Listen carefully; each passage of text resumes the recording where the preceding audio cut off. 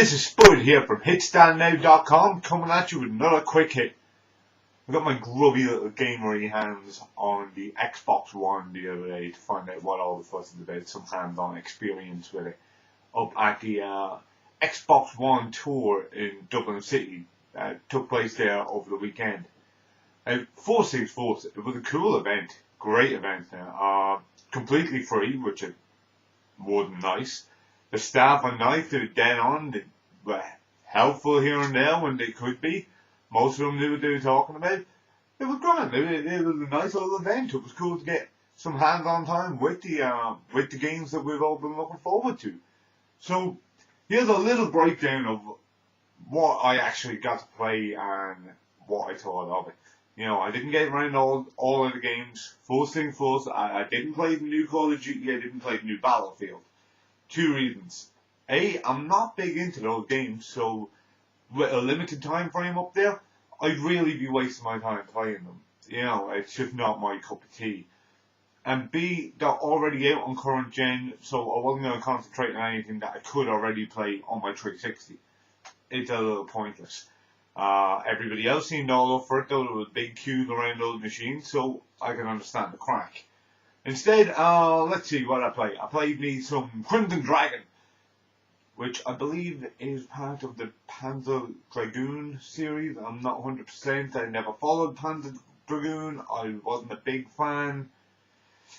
Never actually played it to become a fan, but I played a bit of Crimson Dragon the other night anyway, and straight up, that was shit. It's not a good game. It seems completely unresponsive, very hard to control as well. Even though it's all on rails, all I'm controlling is my shooting reticule and swerving a dragon in and out of the way of incoming enemies and incoming ammo and incoming bullets and shit. Didn't seem great, seemed very poor to be honest, wasn't my cup of tea. Next to that then, there was a little game that I hadn't actually heard of called Loco Cycle, which was a bit batshit crazy. It was good fun. You played as a guy, during the demo anyway, you played as a guy whose leg was caught at the back of a motorcycle that seemed to have a mind of its own. Yeah, the motorcycle itself seemed to sound like Gladys from Portal. You were being dragged along, and of course you were in control of the bike. You know, as you got close to bad guys then, the bike could jump up in the air and pretty much kick the bad guys. It was also heavily armed, so you could shoot bad guys from a distance. You're just racing down this one road, really.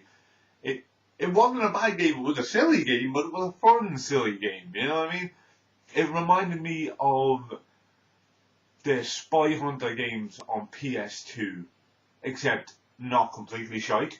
You know, it had that Spy Hunter PS2 kind of feel to it, but it was a bit brain dead fun. It was a lot of crack.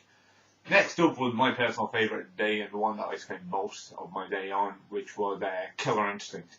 Now, Killer Instinct is the main reason that I bothered even travelling to this event or having a look in on Xbox One in general. It's all about Killer Instinct for me, so getting some hands-on time with Killer Instinct was fantastic. There were 4 characters to choose from. You had Glacius, Jaeger, Saberwolf, and Chief Thunder. So there was a little bit of something for everybody, you know. Like Glacius is a zoner, Saberwolf seemed kind of rushed down, Thunder's a grappler, and Jaeger's kind of a bit of all in one.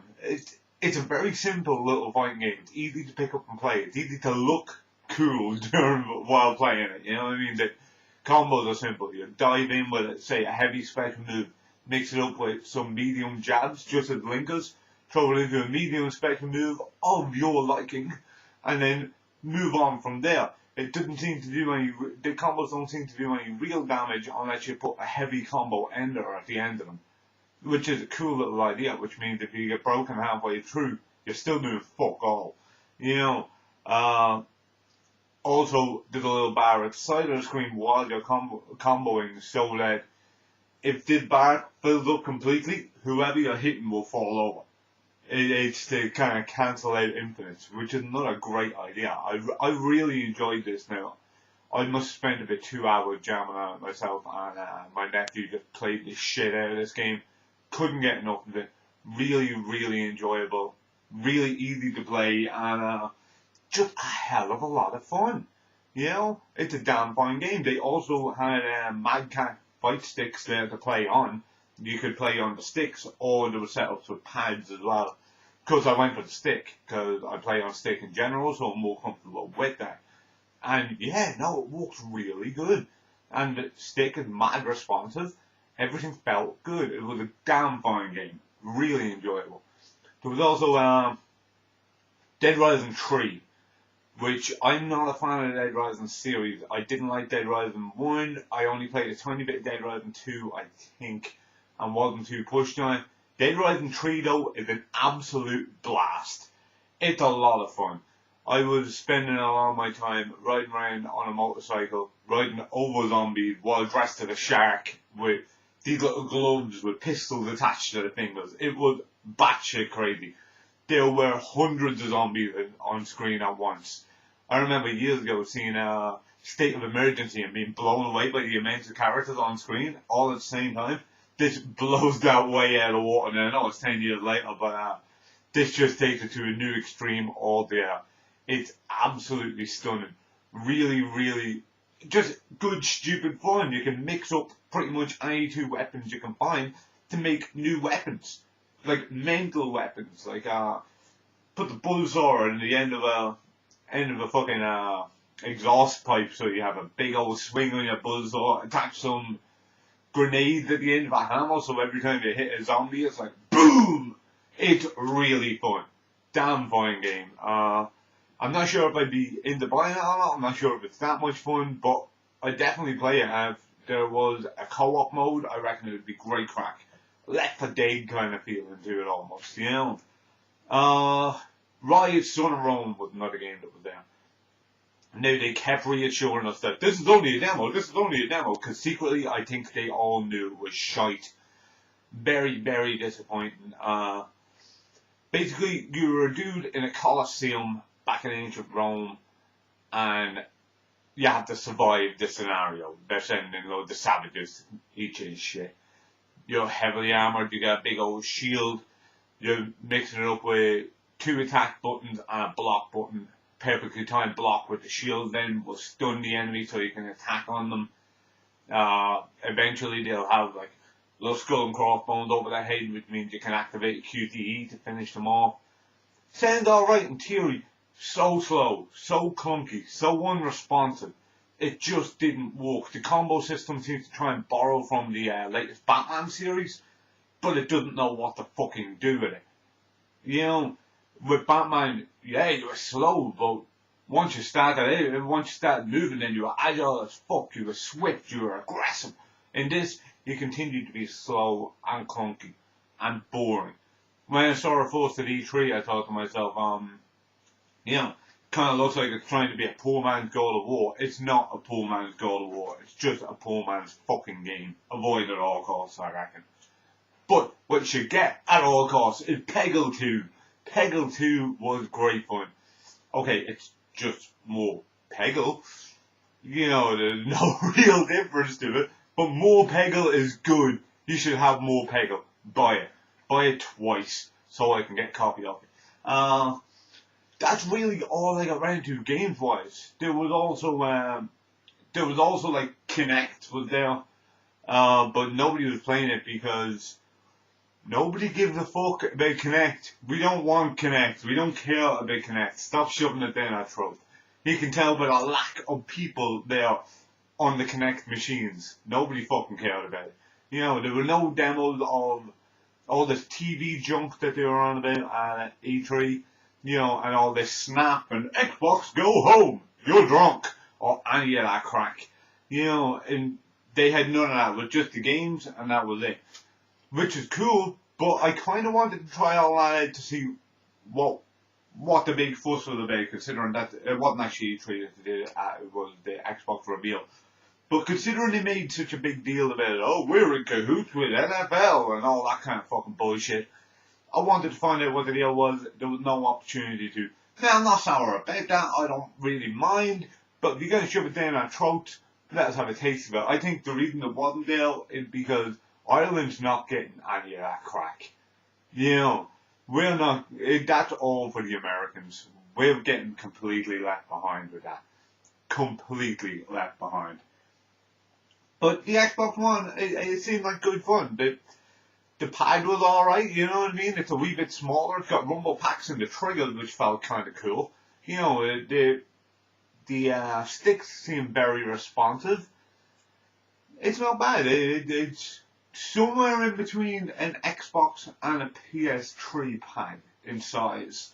You know, the D-pad is a lot more kind of carved out, if you will. It looks a lot better. It feels a lot better because the Xbox 360 D-pad was absolutely awful. So yeah, the pad's not bad. It's responsive. It does what it has to do. The Xbox One as a whole, it seems to do what it has to do. The games, some of the games are fun, some of the games are bad. The same as any other console, really. However, the crack is graphically not that superior. I wasn't blown away.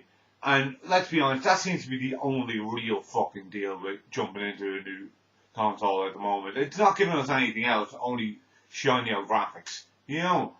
And graphically, it's not that impressive. It's not vastly superior, not from what I saw.